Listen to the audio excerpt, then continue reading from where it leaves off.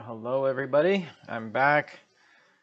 So good news and bad news. First, I realized when I was making my last video, I'm feeling really under the weather today. But I will continue. I need to make this video. It may not, I'll do the best I can. Let me put it that way. And if there's something in the video that needs clarifying, you can always contact me. I think I've told you that before. So that's the bad news. I'm not feeling that great, but I'll do my best.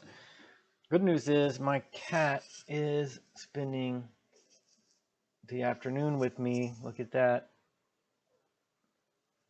I've been working all day and she's spent the whole time with me, so I guess that's good news. Good news for me anyway. I don't know what it does for you. Anyway, okay, so to the video. So I just made video on what the second derivative was, what the concept of the second derivative is, okay? And now I want to talk about how do you calculate the second derivative, because math comes down to numbers most of the time. And so the second derivative's got to be, in the end, probably equal to something, or we think of it as a number, or we think that there's some kind of formula or function that tells you what the second derivative is. So that's what we'll focus on now. So anyway, first let's say this. The rules for finding the second or any other higher derivative are the same. We just repeat the process. So you don't need to learn any new rules. Okay, you already know the rules for calculating the first derivative, and with that you can calculate the second derivative or third or fourth derivative if you needed to. Okay, in this class we'll just focus on the first and second derivatives though. The ones beyond that won't really be of any relevance to us. Okay, all right. Now, let's take a simple problem just to illustrate that you just repeat the process if you wanted to find the second derivative. You repeat the process that got you the first derivative. That's what I mean. So here, so let's say we have a function and we want the first and second derivatives, okay? And here's my function, 5 times x to the 5th power plus 7. Now, I said that when you need to find the second derivative, it doesn't change the rules. You use the same rules. The applicable rule for either the first or second derivative in this case is this rule about finding the derivative of x raised to some power, because although I have some constants here, a 5 and a 7, the heart of this formula is that I have x, the variable, raised to some power, which is 5 in this case. Okay. Anyway, now let's do this. Oh, and also there's, with the constants, the 5 and the 7, there are other rules that govern what you do with those, and I'm not saying that they don't come into play here, but I'm just, when I mentioned that this is the rule, that's the main rule that somebody would think of as applicable to this problem. So let's do this. When we find the first derivative, okay, then the rules would go like this. With this 5 right here, this constant, I would carry that down. And then with the x to the 5th power, the rule that's applicable to that is this. The derivative with respect to x, meaning that x is the variable, of x to some power n is n, that power, times x to the power n minus 1. So in this case, that'd be 5 times x to the 4th. That's what the derivative, of that is by itself. And then what about plus? Well, in derivatives, the rules say that we carry the plus down. And then I go to the 7. I say, what's the derivative of 7? Well, 7 is just a constant, a number all by itself. There's no variable there. And the rules are such that the derivative of any constant is always 0 every single time. So that would be like me not skipping any of the rules to tell you what the derivative of this is, the first derivative, f prime. Now, with a little bit of simplifying, I might say, well, you got 5 times 5. Well, that's 25, okay? And then you got x to the 4th. And then I wrote plus 0 just to tell you that, in general, when you calculate derivatives, you do carry the plus down. And then you go to whatever the next term is. And the next term happens to be a constant, so I get plus 0. But I don't need to write the plus 0 in my answer, right? Okay, so there's the first derivative. This is a fairly easy problem of finding the first derivative. Now we go to the second derivative. But like I said, we just repeat the process. The second derivative is the derivative of the first derivative. Okay, so now I'm thinking, well, what is the derivative of 25 times x to the fourth power? This would still be the applicable rule, okay? The rules are not going to change. We just repeat the process, as it says up there. So, okay, the rules would be applied like this. With the 25, I carry that down. And then the derivative of x to the fourth is 4 times x to the third. And that would be it, okay? And then I get a final answer of f double prime, second derivative of 100. Might as well say 100. I got 25 times 4. X to the third power. Okay. So there, an easy example for me to just make the point that we repeat the process. The second derivative is the derivative of the first derivative. Now, let's do something a little more complicated, like this one, okay? This one which says to find the first and second derivative of 3 times e to the power negative x squared. So this is calculus for business and social sciences, and especially in, say, economics and finance, we use exponential functions quite a bit. The formula for continuous compound interest makes use of the number e as it is, okay? So there are lots of other applications in economics and finance that use that number, and it's a function kind of like this. So this is what we're doing this time. So let's see. Let's start with the rule. What's the rule that's applicable to e to a power in terms of derivatives? Okay, well, that rule is like this. The derivative with respect to x of e raised to some power u is e to that power u, whatever it is, times, and I'll just write u prime. Okay, so it's the derivative of e to the u is e to the u times the derivative of the u. Think of it like that. And what's the u? Well, the u is like whatever function is up there. Like, you know, there's negative x squared all by itself as a function that is in the exponent. That's what I mean when I write it this way. So, okay, so we want to find the first derivative, second derivative, and then the second derivative at 1. So let's see, first derivative. That would look like this. So with that 3, again, when I have a constant like that, I carry it down. And then I multiply it times whatever the derivative of e to the minus x squared is. So here would be my applicable rule for that. Okay, so let's see, I'm going to have e to the minus x squared. And then I got to multiply that times the derivative of minus x squared. Now that would be negative 2x. So I would get like that. And from there, I would have, well, I got 3. This is all multiplied, right? I got 3 times essentially a negative 2. So let's do negative 6. I also have an x. So negative 6 times x. And then times e to the minus x squared. Okay, so there's my first derivative.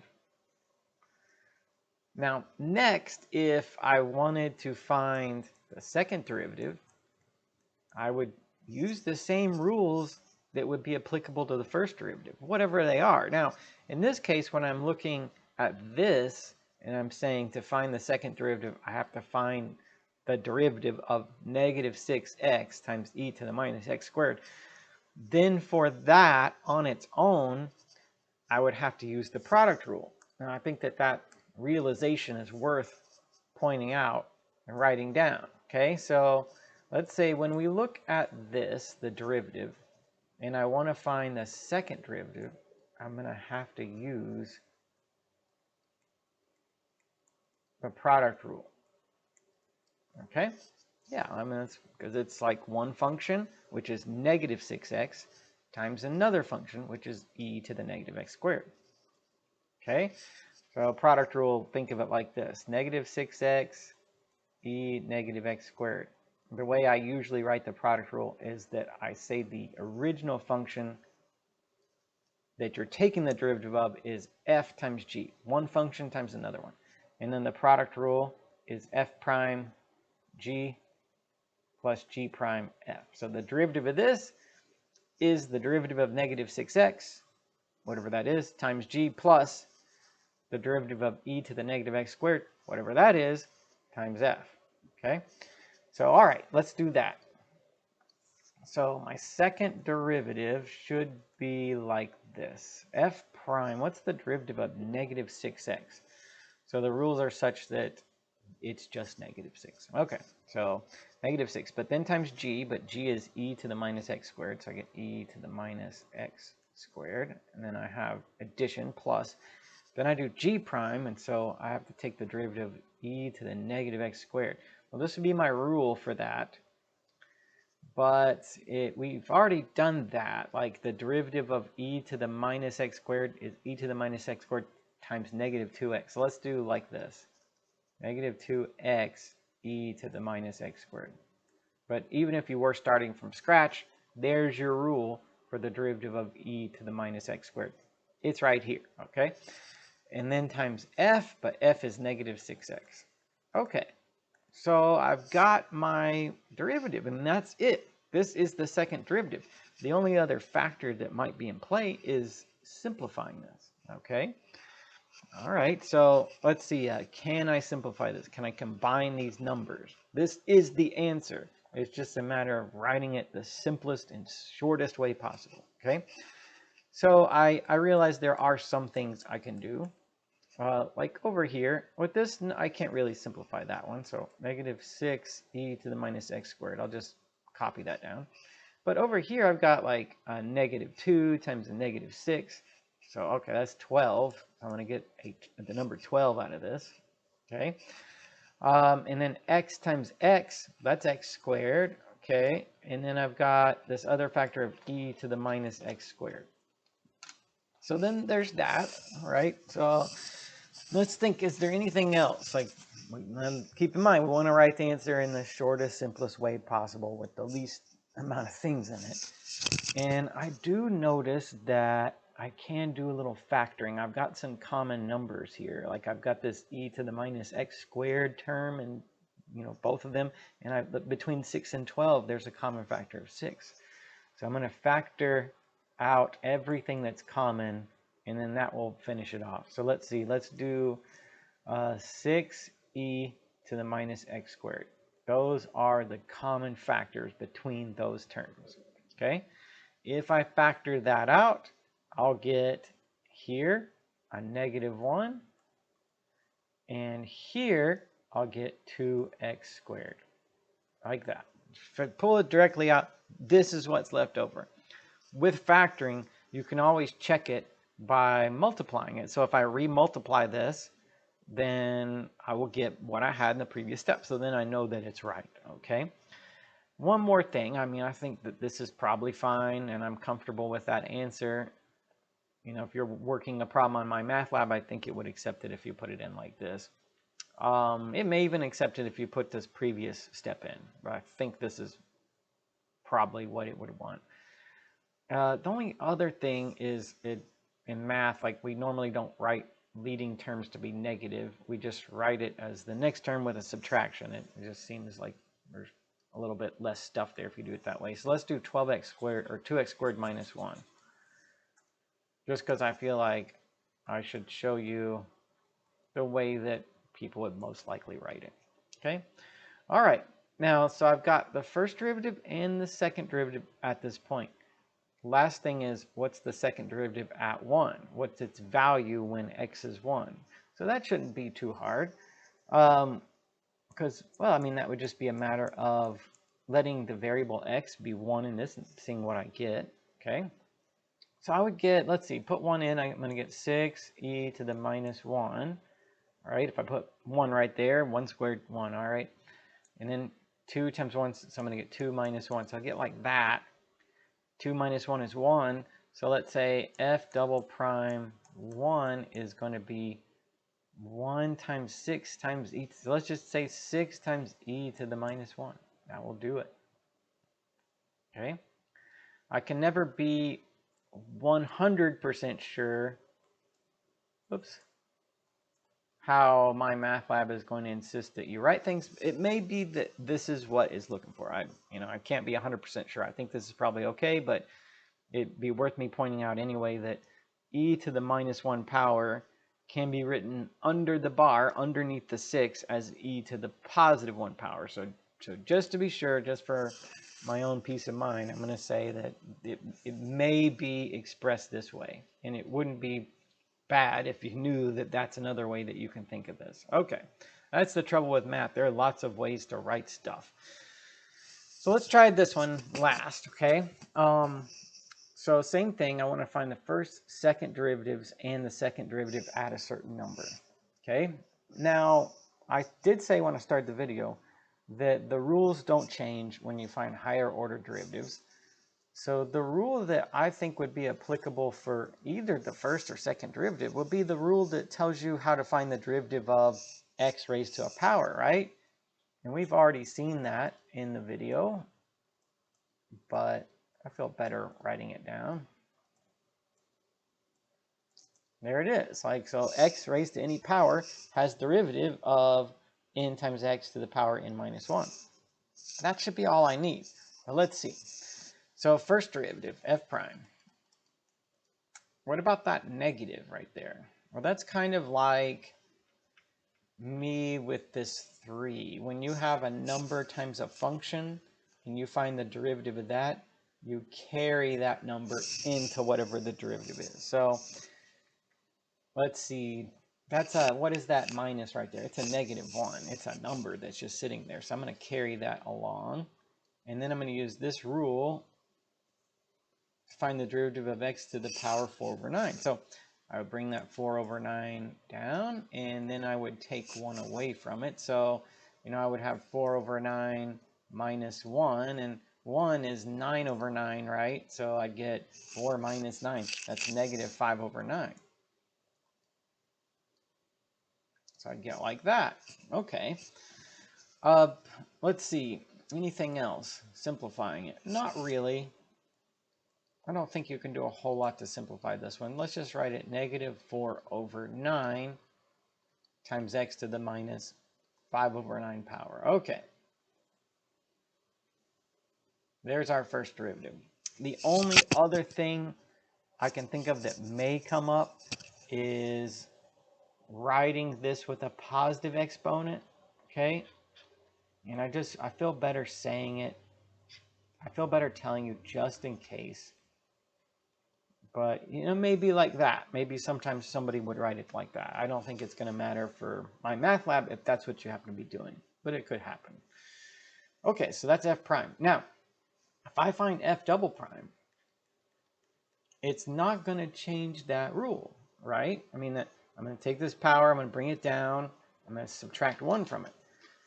I have this negative 4 over 9 that's sitting there, and that's going to get carried into my answer, but the derivative of this is going to be negative 4 over 9 times whatever the derivative of x to the power negative 5 over 9 is. So that's negative 5 over 9 x, and then I've got to subtract 1 from that. So I'm going to be doing negative 5 over 9 minus 1, but 1 is 9 over 9. Okay, so that's going to be negative 14 over 9. All right, so that's this rule as applied to this, the first derivative, to find the second derivative. From here, what could we do? Well, I can multiply these numbers together. I got 4 over 9 times 5 over 9. So that's going to be 20 over 81, and it's going to be positive. And this, we'll probably just leave it. Okay? All right. And there it is. Like with this one, it might be that somebody writes the answer with a positive exponent, like this compared to this. Maybe that would happen here, but I think that this would probably be okay. Now, let's see about putting in the negative 1, okay? Probably use a calculator for that. But if I put negative 1 and I have a power of negative 14 over 9, then I would look at that like this. Let's say the power is positive, just for the sake of calculation. The negative means it just goes in the denominator, okay? It'd be the 9th root of -1 to the 14th power. Because with fractional exponents, this bottom number is the root that's applied, and this top number is the power. So if I wasn't using a calculator, if I for some reason had to do this way, or my calculator wasn't accepting that power, then I'd say -1 to the 14th power, which is just 1, and then the 9th root of that, which is just 1. So this is 1. Technically it's 1 over 1 because of the negative exponent. So I'm going to get, for f double prime -1, I'll get 20 over 81. And that's it.